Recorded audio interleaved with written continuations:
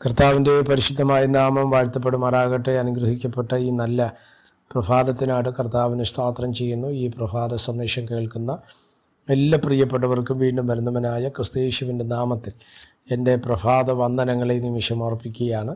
പ്രാർത്ഥനയോടും ദൈവാശ്രയത്തോടും കൂടി ഈ സന്ദേശത്തിലേക്ക് നിങ്ങളുടെ ശ്രദ്ധയെ തിരിക്കുന്നു.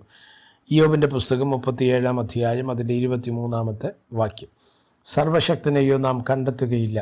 അവൻ ശക്തിയിൽ അത്യുന്നതനാകുന്നു. അവൻ ന്യായത്തിനും പൂർണ്ണ നീതിക്കും ഭംഗം വരുത്തുന്നില്ല. അതുകൊണ്ട് മനുഷ്യർ അവനെ ഭയപ്പെടുന്നു.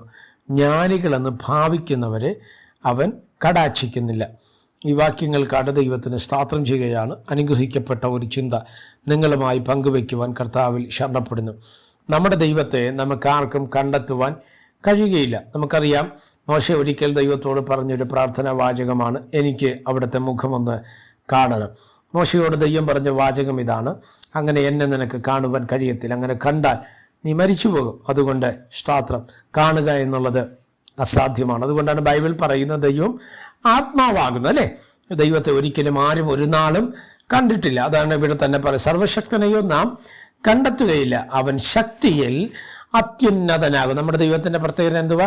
അവൻ അത്യുന്നതനായ ദൈവം. എന്തുവാ അത്യുന്നതൻ എന്ന വാക്കിൻ്റെ അർത്ഥം?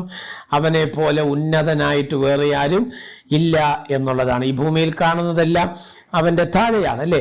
ബൈബിൾ പറയുന്ന ഫിലിപ്പി ലേഖനം വായിക്കുന്ന സമയത്ത് സകലത്തിനും മേലായ നാമം അവന് നൽകി എന്ന് പഠിപ്പിക്കുമ്പോൾ സ്തോത്രം, നമ്മുടെ കർത്താവ് അത്യുന്നതനായ ദൈവമാണ്. 91-ാം സങ്കീർത്തനം നിങ്ങൾ ശ്രദ്ധിക്കുമ്പോൾ നമുക്ക് പരിചയമുള്ളതാണ്.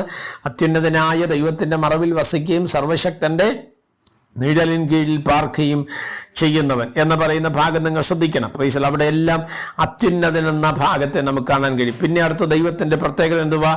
അവൻ ന്യായത്തിനും പൂർണ്ണ നീതിക്കും ഭംഗം വരുത്തുന്നില്ല. സ്തോത്രം. എന്നെ ശ്രദ്ധിക്കുന്ന ദൈവമക്കളോട് ഈ സന്ദേശത്തിലൂടെ ഞാൻ കൈമാറാൻ ആഗ്രഹിക്കുന്ന ഒരു ദൂതാണ്.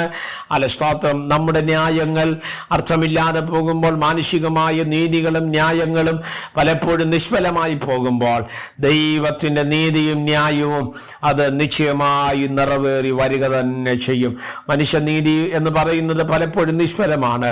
മനുഷ്യൻ്റെ സ്തോത്രം ന്യായം എന്ന് പറയുന്നത് പലപ്പോഴും സ്തോത്രം എന്തുവാ, കൈക്കൂലിക്കോ അങ്ങനെയുള്ള ചില മേഖലകൾക്ക് അടിമപ്പെട്ടതാകാം. സ്തോത്രം. എന്നാൽ ദൈവത്തിന്റെ നീതി അങ്ങനെയല്ല. ഇവിടുത്തെ ഒരു കാര്യം നടക്കാൻ വേണ്ടി ആരെങ്കിലും ഒക്കെ റെക്കമെൻഡ് ചെയ്താലോ, ആർക്കെങ്കിലും എന്തെങ്കിലും കൊടുത്താലോ ഒക്കെ അത് നടക്കും. പക്ഷേ ദൈവത്തിന്റെ മുമ്പിൽ ഈ പരിപാടി ഒന്നും നടക്കത്തില്ല.